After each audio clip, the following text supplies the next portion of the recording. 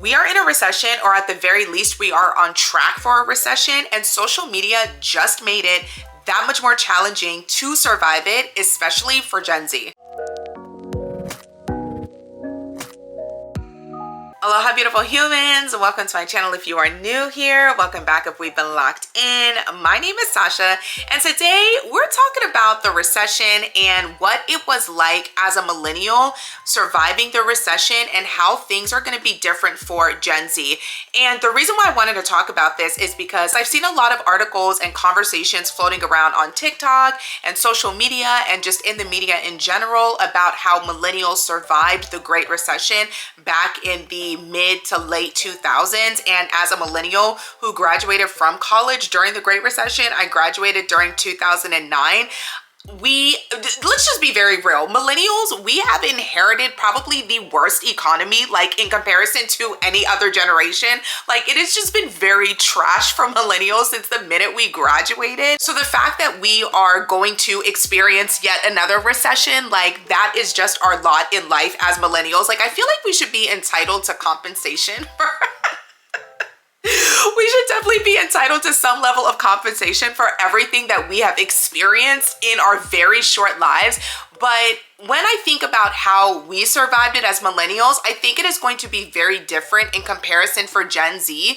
And I think the biggest factor that is going to play into that is the role of social media in our society right now. I quickly posted my thoughts on TikTok, but as I thought about it, I think it bears a larger conversation. And so I feel like YouTube is a better platform to have this conversation on, because on TikTok, people's attention spans be in the trash. They don't be reading, they don't be reacting, they're listening to respond instead of listening to understand. So I was like, let me talk about it here, but I want to use my video that I posted on TikTok as like a jumping off point to this conversation and to this video. So here is that video, and then we'll break it down like a little bit further. Millennial here who graduated in 2009 during the Great Recession, and I wanted to weigh in on this conversation I've been seeing going around on social media about how we survived this time of great poverty and stress in our lives.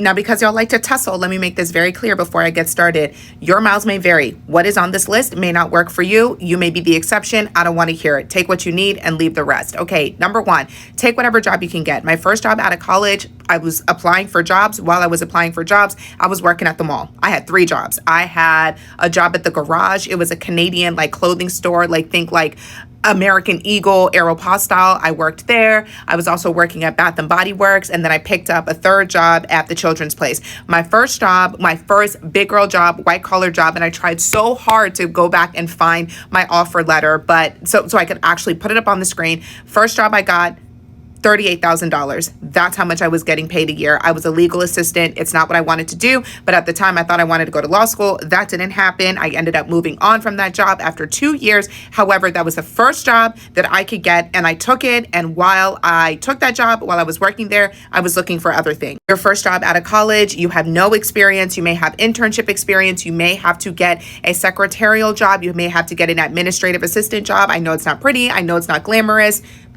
Take what you can get. Number 2, humble yourself and move back in with your parents. Again, this may not work for you. I ended up moving out of my parents' house at 22. I was broke, would not recommend it. Okay, I moved out for my own sanity. So I respect if you have to, if you can't be in the same space as your parents, but if your parents are respectful of you and y'all are like, you know, they're respectful of you as an adult and they're not up all in your business and you can respect their boundaries and their rules, live with your parents. There is no need to be out here paying $1,200, $2,000, $3,000 for rent. Move back in with your parents, okay? Nobody cares. Multi-generational homes are a thing, and we need to stop shaming people for living with their parents past a certain age. Move back in with your parents. Number 3, please delete your Klarna, your Afterpay. Stop putting things on credit. If you do not need it, do not buy it. Something that my mom told me that stuck with me to this day. I think I was like 18 or 19 years old, and I was looking at this purse, and she asked me how much it was, and I told her, and she was like, do you have that much in the bank? And she was like, if you don't have that much in the bank, if you cannot afford to buy that purse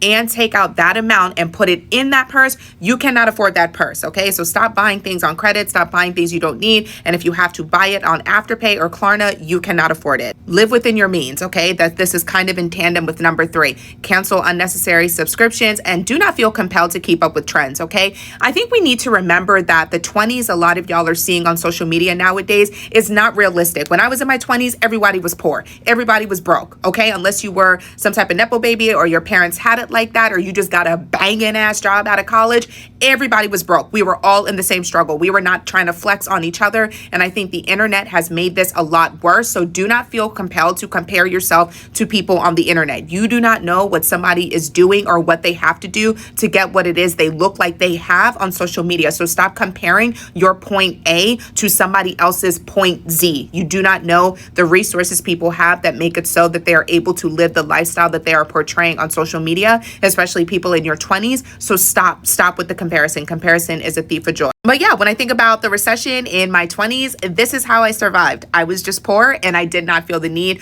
to compare myself to anybody. Any extra income I had, it was going towards my 401k. It was going towards paying off my student loans. And that is why before the age of 40, I was able to pay off close to $100,000 in student loans. My priorities have never been flexing for people, trying to impress strangers on social media. And that's the last thing you need to be doing, especially in a recession. Like I said in the intro, there's a lot of recession talk going on right now. Some people will say we are actively in the recession, especially with those tariffs. And I don't know about you, but I definitely checked my 401k and laughed and was like, this is going to clearly very quickly become a 201k. And what do? You know, it's not funny, but you gotta laugh to keep from crying, because what can you do, right? Control what you can control and leave the rest. But anyways, so there are some people who are saying we are on track for the recession. Some people are saying that we are already in the recession. But regardless of whether we are on track for a recession or we are actively in a recession, there's been a lot of talk about the economy. Over the past few months, we've seen thousands, tens of thousands of people being laid off. The job market is really struggling. So right now we are in a very tough economic climate. And this is a climate that millennials, we're not new to this, we're true to this. We have a lot of experience in this, but Gen Z is very new to this. I've been seeing on social media, there's been just this panic from Gen Z, while millennials have generally remained very calm because we've experienced this before. But I think this round is a little different. And I think that social media absolutely has a role to play in how different I think people are mentally going to respond and hold up in this recession, in this tough economic climate. And I think that there are a lot of reasons for that. And that's what I want to talk about in this video, the role social media absolutely is going to play in basically how we survive and how we receive this recession. When it comes to social media, I've said this before and I will say it again, social media is a tool. You can either use it to build or you can use it to destroy. And I think that for as much as people poo-poo on social media, I do think that there is a place for it, so long as people are using it responsibly and you ultimately choose how you're going to let it impact your life and what you're using it for. So I don't want to sit here and make it seem as if social media is completely a bad thing or it's responsible for all of the ills in our society. I do think it is changing for the worse, the way a lot of people engage in real life. But I do think there are some benefits to social media. I just think people need to use it more responsibly. How I use social media and my relationship with it, I think as a millennial, I think it is different from how Gen Z uses social media. And I think there are several factors that go into play. I remember a time before social media, whereas Gen Z, social media has been with them their entire lives. Like I had a Zanga account. I got a MySpace account when I was like 17. I think when I was 18, but a lot of Gen Z, they're getting their first social media profiles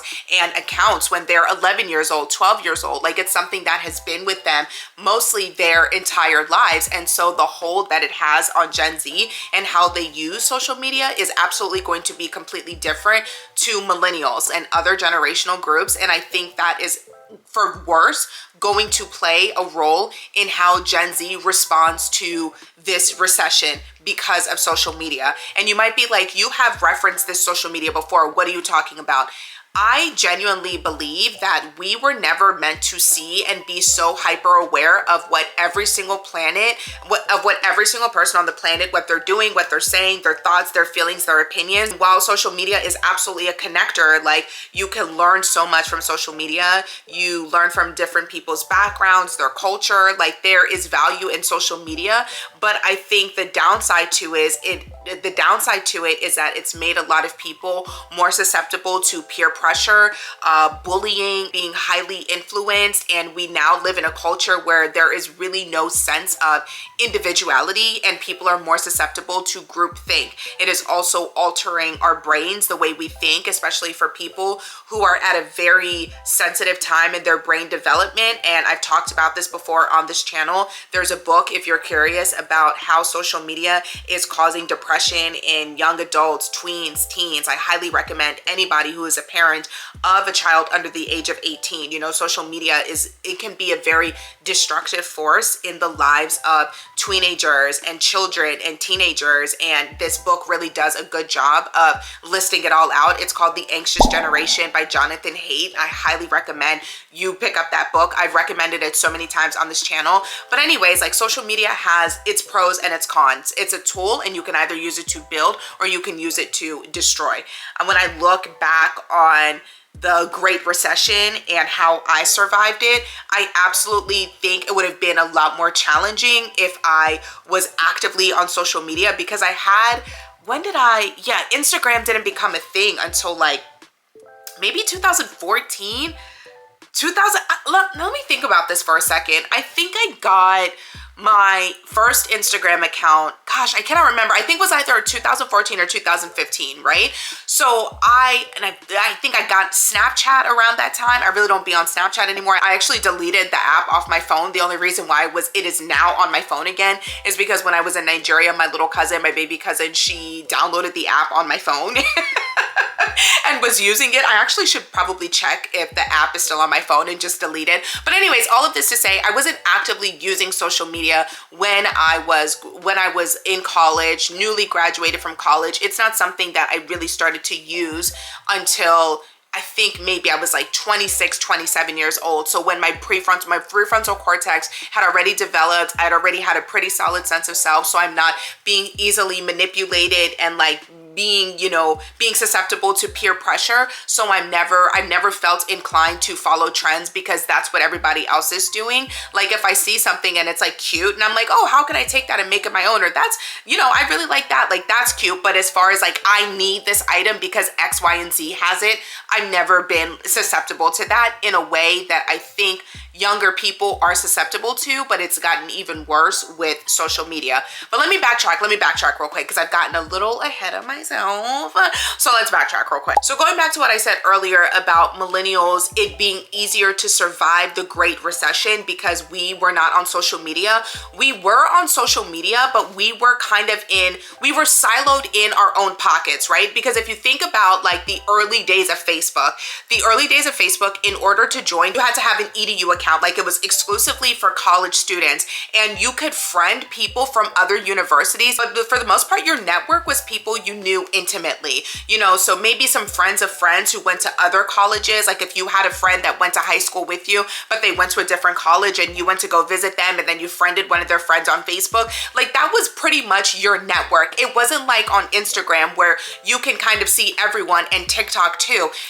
Facebook was a really closed off group that was exclusive to a small minority of people, mostly college students. And when it opened up to everybody else, it did kind of lose its appeal. But more than anything, it just opened you up to every freaking body. And now you're able to access and see people outside of your network. When celebrities started joining the apps, when influencer culture started to become a thing, when you were keeping up from people you went to high school with and people outside of your network. I cannot remember when it opened up to everybody. I want to say probably around 2011, 2012. I think that's when also Instagram became a thing. Like, let me look this up actually, because now I'm really curious. I think Instagram became a thing in 2012, but let me see. Oh, my bad. Instagram started in 2010. I don't think I had an account until 2012, yeah, 2012 or 2013. I think that's when I got my first Instagram account. Maybe I should like go back in time and scroll. Maybe I'll do that at the end of this video. Because you were only following people within your network, what you were seeing was a reflection of real life. You know, you weren't seeing a lot of flex culture unless those were the people you were friends with. And I wasn't friends with people who participated in flex culture. Like, we were in our 20s, everybody was broke.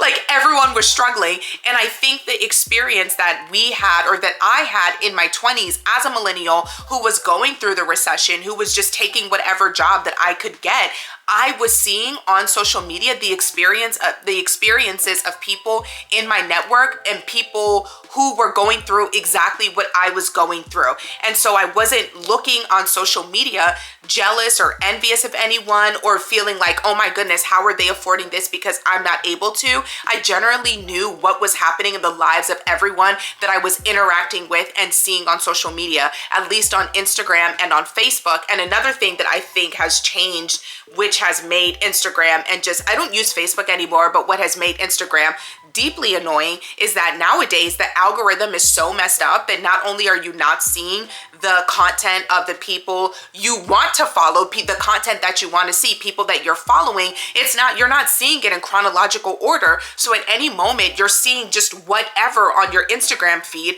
accounts that are being recommended to you, or influencers, or people who are paying to promote whatever content that they want people to see. And I have no problem with sponsored posts or ads or content, but that's all what Instagram is nowadays. It's just paid ads, paid content, sponsored content, paid partnerships. That's all TikTok is now. TikTok has become so much of a hellscape to navigate, and it's going to become 10 times worse and that much more annoying to navigate because of the TikTok shop and everybody just trying to sell whatever they can for a check. It's just going to make it that much worse and that much more annoying as we head into this recession and everybody's trying to make a coin wherever they can.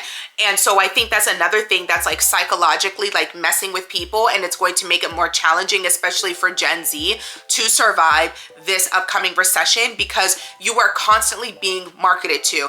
Every single time you scroll, you can even be, and it's become so insidious now that you can watch a piece of content and not realize until the end of it that it was an ad and somebody's trying to sell you a product or that you're being marketed to. And that is not the social media that I came up with in my 20s. And I think that if I was constantly being marketed to like that, always being sold to every single time I got on my phone, that would absolutely have made surviving that time really challenging and really frustrating, because it would make me realize how broke I was and I didn't have money to spend on things, but it may have made me more, more susceptible or more pressure to feel like I needed to buy things and to spend money on things that I didn't need. And when I didn't get a credit card until my late 20s. Like, I was always really afraid of credit cards because, my parents, they didn't really teach me a lot of financial literacy. So things that I learned from my parents, it was credit cards are bad. Don't get one unless you need it, right? And unless it's like an emergency. And so it took me a really long time to get a credit card. And I just didn't trust myself to be responsible with them, especially because I saw one of my girlfriends from college. By the time we graduated from college, within 4 years, she had racked up close to $15,000 in credit card debt. So I was like, oh my goodness, I don't want that to be me. I don't want that to be me. So I was always afraid of credit cards. And so I just didn't have a credit card when I was in my early 20s, mid 20s, going through that recession, going through that time when I was really broke. I feel like nowadays, even if people in their 20s don't have access to credit cards, there's Afterpay, there's Klarna, there's no sense of, oh, I don't have the money for it now, so I'm not going to buy it. There is this sense of, oh my goodness, I don't have money for this, but I can put it on Afterpay, but I can put it on Klarna. And like, we didn't have that, 20 years ago, we didn't have that. So if you didn't have the money for it, you just weren't going to buy it. And I think also when I think about the experiences that I was having in my 20s, I wasn't going to concerts. Concerts were a little bit less expensive. Like you were not paying $300 to see somebody perform, period. But now you have 20 something spending hundreds of dollars to see Taylor Swift or Beyonce. And it's like, that was inconceivable to me in my 20s. Like it just was not going to happen for me. And I think that there is like, just on social media, there's this great sense, especially amongst Gen Z, that I observe this keeping up with the Joneses, and not even just keeping up with the Joneses, but there is this like mentality of what your 20s is supposed to look like and what type of life you're supposed to be living in your 20s that's like deeply unrealistic. Like it is not realistic for the average 20 something to be able to drop hundreds of dollars on concert tickets or on spring break or keeping up with trends, like all of these fashions. It's not realistic. When I think about my early 20s, with social media was a thing. However, the phones were not built for easy social media use. Like I just went and picked this up. This is, I don't even know what iPhone this is. I went through a Kate Spade phase for like 3 to 4 years. Like I was Kate Spaded out. But this phone, like imagine trying to be on this phone every single day and just try to be on social media. Like it wasn't a thing. I just got this phone. This is the iPhone 16. So look at these like in comparison to each other. Like, can you imagine being on your phone all day, every day, trying to scroll on this? It's impossible. So we were just not on our phones like that. Whereas like nowadays, people will just sit on your phone and scroll forever. As a millennial going through the recession, there are things that I absolutely wanted to do. Like I never had a spring break in my 20s. I could never afford it. I never went on spring break in college. I didn't go on spring break in high school. I didn't really start taking really nice vacations until I was like in my late 20s. Like I think 29 years old was the first time I went on a really nice vacation. Like went on a vacation and stayed at a resort and just had like a really good, and that was like, I think like my second or third time out of the country, right? But you're on social media now, you see all of these 20 somethings and they're having like these lavish experiences. As a 20 something Gen Z who is on social media, you may not yourself be experiencing these things because of your own economic or financial situation, and it makes it so much harder to just like be okay with that sense of FOMO. Like I really didn't experience a lot of FOMO in my 20s because again, my network of people, like my friends, they were kind of in better financial situations, so they were able to do things that I wasn't able to do. But for the most part, it was like Dewey Beach or Ocean City. It wasn't like Tulum for spring break, or what do I see all the sorority girls going? I think some of them, I was watching this one sorority mom and she was saying that the freshmen all go to one place and then all the sophomores go to another place. I was like, this is crazy. Like, can you imagine your spring break being out of the country and it being based on what grade you're in or what year you're in, like in college? Like that is, I was just so fixated by that video because I was like, wait a minute. So the seniors go here and then the freshmen go here and then the juniors go there. Like it was wild to me.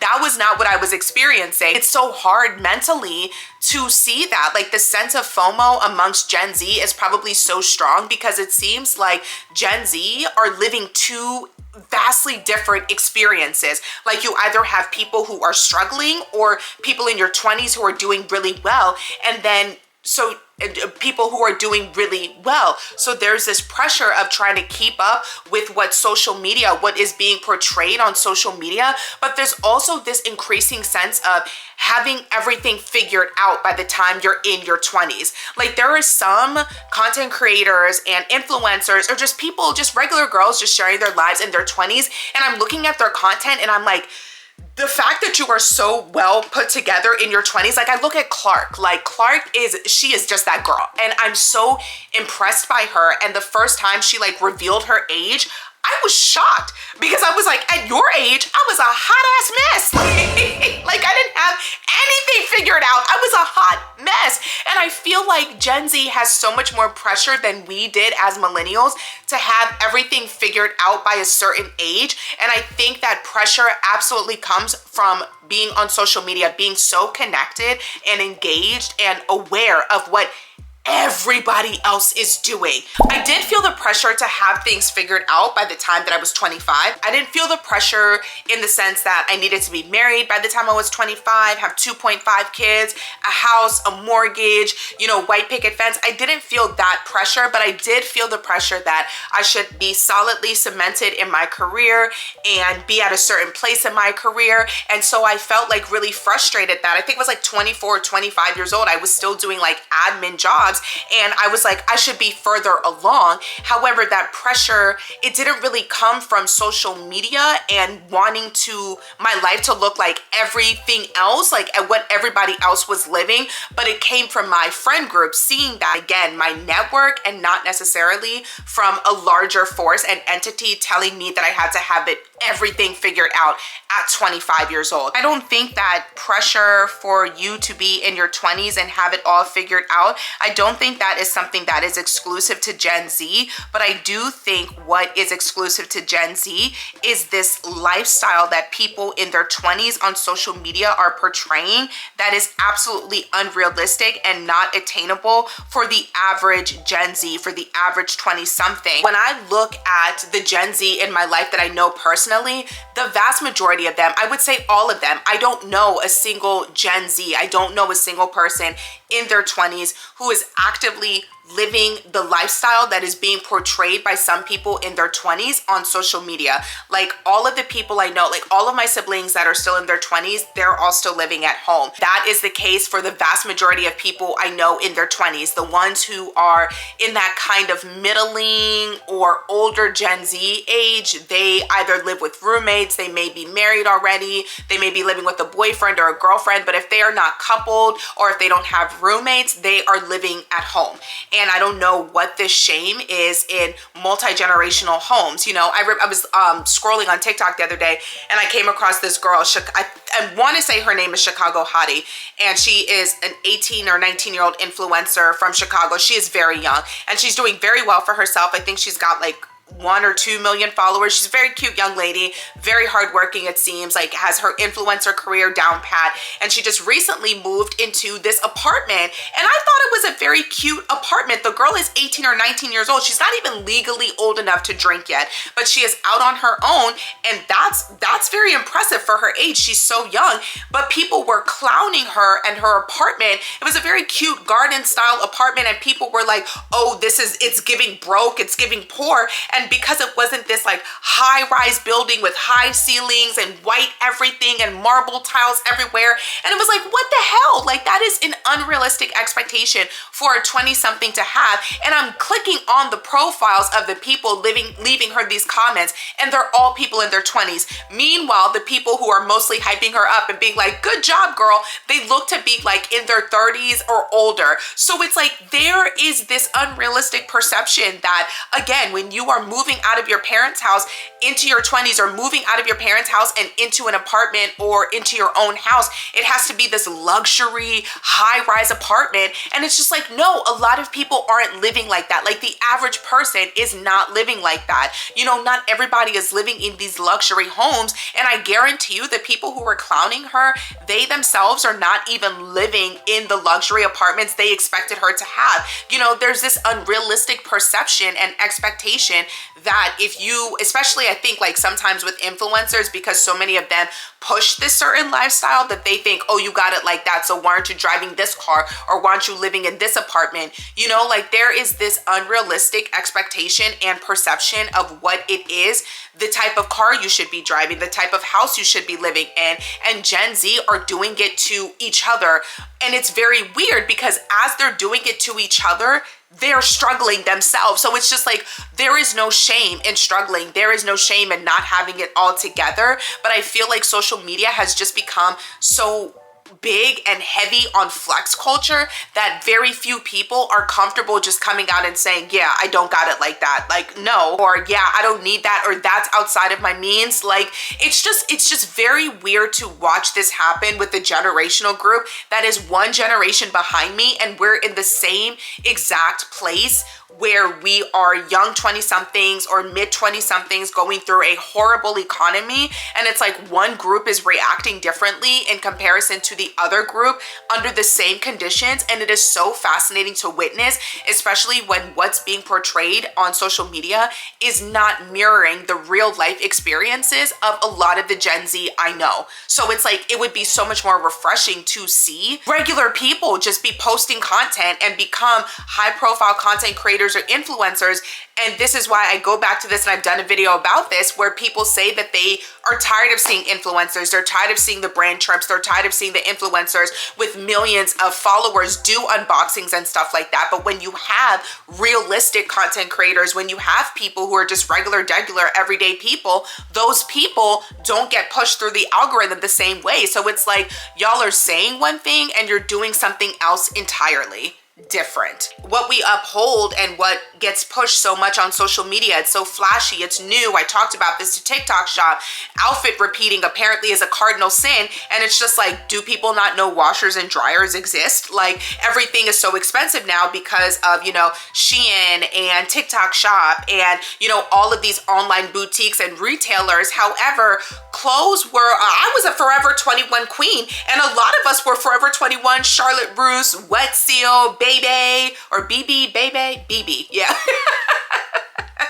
BB, oh my goodness, New York and Company, like friggin' what are the other ones? Banana Republic. That was a little bit more high end though. We were out there shining and stunting in our Charlotte Russe and Forever 21. We didn't need to follow trends. We were wearing the same outfits over and over and over again.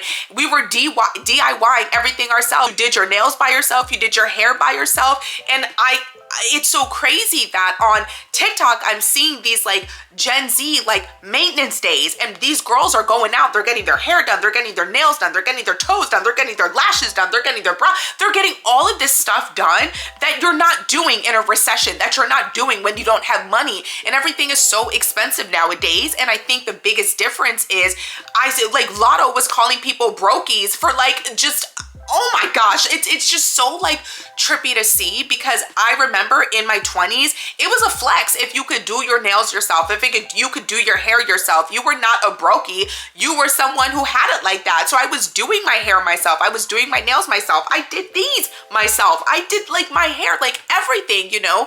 But nowadays, if you get on the internet and you brag about being able to do things for yourself, it's like, oh, just say you can't afford it, just say you're broke. And it's like, what?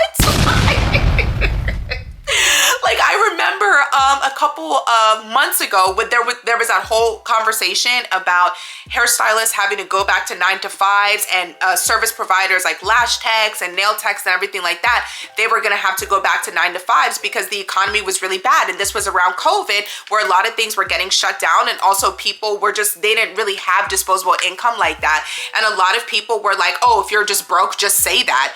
And it's just like, maybe we just don't, maybe we're prioritizing differently. Maybe it's not that we're broke, maybe it's just our priorities are different. And I used to never think of anything of dropping $100 for my nails. I still don't think anything of it. I just don't have the time anymore. Like, my time is so much more limited that it takes less time to honestly just stay home, do my nails by myself, do my hair by myself. Well, after having horrible experiences at hair salons, we won't be going back. Well, there's one I go to, but for the most part, I will not be going back. That's the only salon I will ever frequent and go to. But anyways, yeah, there's this like, we just live now in a culture of just overconsumption and constantly keeping up with trends. And again, because that's not what I was seeing in my network of people, that's not what I was seeing on social media, I think it made surviving the Great Recession for me in my early 20s a lot easier than it is probably for people in their early and mid 20s now to survive, because you are constantly seeing consumption everywhere in your face. You are constantly being pushed to consume. And it's like, I remember thrifting was huge when I was coming up. Everybody was going to the thrift shop. There was that Macklemore song, Thrift Shop. There are some creators who are dedicated to thrifting, but it's very few far and in between. Like, everything is Amazon shop. Everything is get my outfit here. Here's my Shein link. Here's my, what's the one all the girls are wearing now? Fashion Nova. Here's my Fashion Nova link. Like, I got it here. Like, you know, it's just so much overconsumption that is being thrown in your face. And if you are susceptible to peer pressure and just psychological manipulation or emotional manipulation, which is what a lot of social media is, it is absolutely very challenging to just survive that. And so you would have to get, I think if you're not mentally tough enough, the only other alternative is to just get off of social media altogether for your own sanity. And I give Gen Z a pass because I understand how hard it can be to disconnect from something that has become so normalized for you, that has become a part of your life for so long,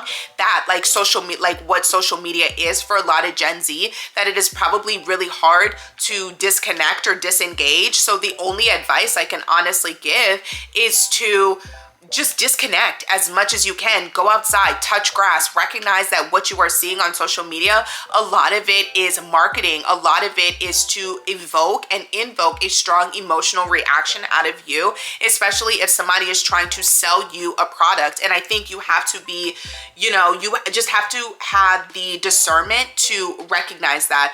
Another thing that I think is going to be challenging for Gen Z in this economy surviving the recession, that wasn't challenging for millennials, is because we are living in a different time when it comes to the idea of work and what work looks like. I grew up in a time where it was busy was a flex. Like, I'm so busy, I can't do this, I can't do that, I'll sleep when I die. And it wasn't healthy by any means, but I came from the place where I always had like 2 or 3 jobs. Like, I cannot remember the last time I was only working one job. Like, I think it's probably been like 10 years since I can honestly say I was working one job. And now I'm at a place where thankfully it is not out of necessity, but it's because of because it is what I want to do. And content creation is a job. Like, this is work. So that's like 3 jobs that I have now, but 2 of those jobs they're just what I want to do. It's for fun. I would say it's like fun money. I don't need it. It's just like extra. But there was absolutely a time, like I said in the video that I posted on TikTok and inserted here, I always worked like 2 or 3 jobs. I didn't feel like I was above any job, like working at the mall, working with kids. When I graduated from college, before I got the job at the garage and I was working at the mall, I was trying to, one of my friends, she was an au pair. She was nannying because she was telling me it was like really good money. And I was like, okay, maybe I should do that. And so I went to get CPR certified and I took some courses. And then my mom was like, wait a minute, what are you doing? What are you taking all these courses for? And I was like, well, I'm trying to get a job. So in the meantime, while I'm applying for other jobs, I'm going to try and get a nannying job or an au pair job so I can be making money. My mom said, excuse me? We did not come to America for you to be taking care of anybody else's kids. She deaded that real quick. She was so pissed. She was like, we did not work this hard and send you to school and give you a good life for you to be going taking care of somebody else's kids. Like, she was so offended. Like, that Nigerian pride for you, that Nigerian pride. But anyway, so I didn't go that route. And that's when I got a job at the mall. But yeah, I was working. I took whatever job that I could get. I was looking for jobs on Craigslist. Like, I don't even know if Craigslist is a thing anymore, or maybe it's like Backpage. I'm not sure. Like, y'all let me know if Craigslist is still a thing.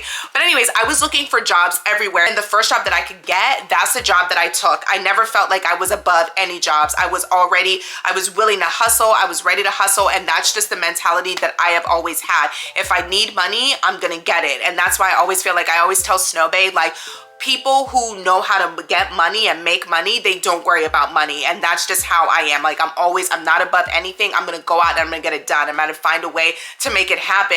And that was the mentality, like being a millennial, that is a mentality that surrounded me, right? Like, there was literally hustle culture was born out of that recession, and many millennials took to it very quickly. So something that I noticed about a lot of millennials, we are not lazy. Like, it's hard for us to rest. Like, our nervous systems are always like activated and we're overstimulated all the time because we're just thinking about all of the things that we can do. We're always busy. It's like a challenge. It's a challenge. It's been a challenge for me to like slow down and rest. And I know that that is the case for so many millennials that I know, because we have always been working, because we were kind of socialized to think that our worth, our value was in what we did for a living, what we were producing, what our job was. And I think that when I think about my 20s, that's also where I felt that pressure to have things figured out as far as career, because when people met you, it wasn't necessarily, oh, what's your name? What do you like to do? It's basically, what's your name and what do you do for a living? Where do you work? Who do you work for? Like, that's what I grew up in, right?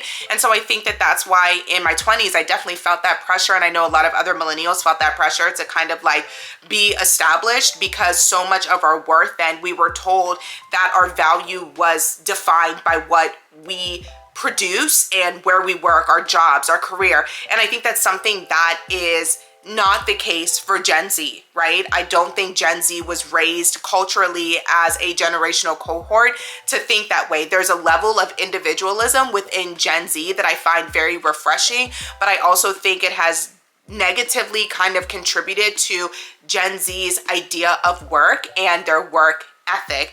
And I think that's where Gen Z is also going to struggle when it comes to the recession, because I don't want to say nobody is above any job, because if you feel like you're above certain things, you feel like you're better than certain things, absolutely. I think we should all have personal standards. But when it comes to jobs, for example, like my first job was a secretarial job. I don't want to be doing secretarial work. I don't want to be doing administrative work, but that's what I was going to do. And I had an internship in college, but that didn't mean anything. I had to start at the bottom, and that was the case for a lot of millennials. And I think that a lot of Gen Z, from my observation, a lot of them don't want to start at the bottom. They don't want to put in the time they don't want to put in the time that is necessary or required to build the skills so you get to where you want to be. And there is this idea that I think a lot of Gen Z have, where they want to change what work looks like and the structure of work. And I love that. And I did a video about this, why Gen Z is struggling so much in corporate America. There is this idea that I want to change this environment and I want to come in and I want to make it my way. And I respect that. And there is value in that. However, there are two ways you can go about it. You can either create your own environment. And as a young person, you probably do not have the capital, income, and network to do that. So unless you're going to fund this startup by yourself, I love that for you. Make it happen. However, for most people, don't have it. So you're not able to create an entirely new system. So you have to work within the system to create the changes that you want. And you cannot be a change maker. You can't be a taste maker in that organization at the bottom level. It just doesn't happen that way. You have to build trust. You have to work your way up in that organization to get to a place of leadership where you can make those changes. And I feel like a lot of Gen Z do not want to invest the time in doing that. They don't feel like they have to do that. Their level of work, their work ethic is different, and their idea of work looks different. And I think a lot of Gen Z are unfortunately going to struggle with that mentality, because so many corporations and organizations and environments, they're very old school, they're very conservative, and those environments that are more progressive are very rare to find, and the jobs there are very limited. A lot of these environments change very slowly, and if you have bills to pay, you get with the program or you get lost. We're in a very tough job market right now where jobs are so limited, they're so scarce that if you have one, you get it and you hold on to it. And that's the kind of mentality that I've always had. So when I was working at that first job that I got fresh out of college, I was working at a law firm. I hated it. I was being mistreated. I talked about that a little bit, and maybe I'll do a separate video on it. I don't know, like surviving and navigating corporate spaces as a woman, as a Black woman, as a young woman. Oh my goodness, I could do so many videos about that. But anyways, maybe I'll talk about that. Let me know in the comments. But anyways, I was in that environment and it was really challenging, and every single day I wanted to go in there and quit. But I did not know. I knew it took me 9 months after I graduated. Actually, no. Yeah, it took me about a year to find a really good job. It took me a year to find that job when I graduated from college. And so I imagine that is the case now, where it is very challenging if you leave a job to find another job. So even though I wanted to leave that environment so badly and so desperately, I stayed there until I had another job. And I looked for another job for a good 6 months. I was looking for work. And I think some people, especially with Gen Z, there's this mentality of, I don't have to take this. I don't have to tolerate this. I'm going to leave. And yeah, you can do that, but also there is a privilege in being able to decide, I'm not going to take this crap. I'm leaving, period. I think that there is sometimes strength in that. And I think there is sometimes strength in that mentality of just leaping and the net will appear, and you be like, peace out. I don't deserve this. I'm done. I think that there is value sometimes in that mentality, but when you got bills to pay, when you got bills to pay. And thankfully I was not in a position to having any mouths to feed. I didn't have no kids, still child free. So that kind of presents another layer, I think, where the work ethic is, or this sense of entitlement is a little bit different with Gen Z in comparison to millennials. And I think that's in part why millennials survived the Great Recession, because we were not picky. We were taking whatever jobs we could get and we were just making it work, and we were not leaving an environment no matter how bad it was until and unless we had something else lined up. And I don't necessarily see that same mentality with Gen Z. I'm not going to say all, because you can't stereotype a whole generational group, but when I'm observing certain mentalities and patterns of movement and TikTok videos and just listening in on conversations, that's the general sense that I get. So this is getting a little long. I didn't mean for this video to get as long, but it's something that I wanted to talk about because the recession is going to impact us all. It's going to impact us in different ways. And I know how much it sucked as a millennial to feel like these boomers and Gen Xers were punching down on us and picking on millennials for no reason. We inherited a pretty crappy economy and we are just on track for another one. Like, so now that Gen Z, they're going through their own pretty crappy economy. And while I don't think it's necessarily, it's not helpful to punch down on them. Like, I did my video. I really hope this helps, like, provide you some tips. Like, I think that sometimes they may seem like no-brainers.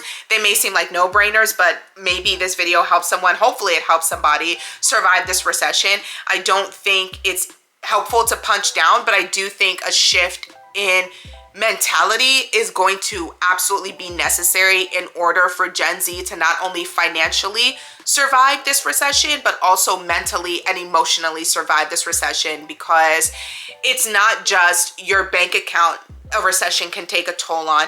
It is your mental, it is your emotional, it is sometimes your physical well-being. It's very stressful. Stress goes into the body and it can impact our health. When you think about how toxic social media can be of a place, I think now more than ever, it is really important for everybody, not just Gen Z, but it's very important for everyone to be mindful of the media that you are taking in and noticing how it is impacting you and affecting you. And if you are scrolling through social media and you're being triggered, or you are just feeling hopeless or angry or depressed or any type of negative feelings, I think that's an important indicator, and that indicator can serve as a reminder that, hey, I need to step back and protect my peace, and I don't need to be seeing this right now. So we are on track for a recession. Some people say we are in a recession. We are on track for a recession. I think Gen Z, the best way to survive this is those 5 tips that I offered, and above all else, protecting your peace. Log off, or at the very least, minimize your social media use and develop your media literacy to understand when you are being marketed to and manipulated. Drop down in the comments, let me know your thoughts on this video. Don't forget to like the video. If you're not subscribed to the channel, what are you waiting for? You made it this far, you might as well subscribe. And until next time, y'all, peace out.